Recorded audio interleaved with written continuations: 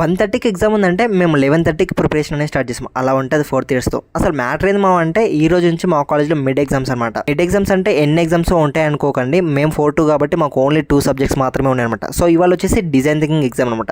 So ఇవాళ ఉదయాన్నే లేచి గీక్స్ ఫర్ గీక్స్లో problem of the day solve చేయడం అయితే స్టార్ట్ చేసామమ్మా. లిటరల్గా చెప్తున్నాను, ఎంతో కష్టపడి కోడ్ అనేది రాసాక టెస్ట్ కేసు అనేది అస్సలు పాస్ కాలేదు. అసలు ఎర్రర్స్ ఎక్కడ ఉన్నాయో ఫైండ్ అవుట్ చేయమని డీబగ్గింగ్ చేయడం అయితే స్టార్ట్ చేశాను.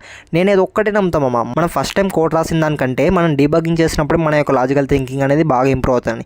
సో అలా కష్టపడి కింద మీద పడి ఏవైతే ఎర్రర్స్ ఉన్నాయో అన్ని రెక్టిఫై చేసి కోడ్ అయితే సక్సెస్ఫుల్గా సబ్మిట్ అనేది చేశా.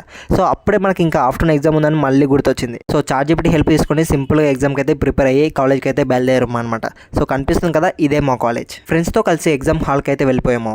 ఎగ్జామ్ రాసి మళ్ళీ స్ట్రేట్గా రూమ్కి అయితే వచ్చేసాం. ఆ తర్వాత మనం రెగ్యులర్గా చేస్తున్న డిఎస్ఏ సిరీస్లో భాగంగా లీడ్ కోడ్ ప్రాబ్లం అయితే సాల్వ్ చేయడం అనేది స్టార్ట్ చేసాము. సో అలా లీడ్ కోడ్ ప్రాబ్లం కూడా సక్సెస్ఫుల్గా ఫినిష్ అనేది చేసుకుని ఇవాళ డే అనేది ఎండ్ చేశా. సో అదనమాట మా ఇవాళకి. రేపు ఇంకో వీడియోతో మళ్ళీ కలుద్దాం. అప్పటి వరకు అయితే నువ్వు సబ్స్క్రైబ్ అండ్ ఫాలో చేసుకోవడం అస్సలు మర్చిపోకు. So till then bye by.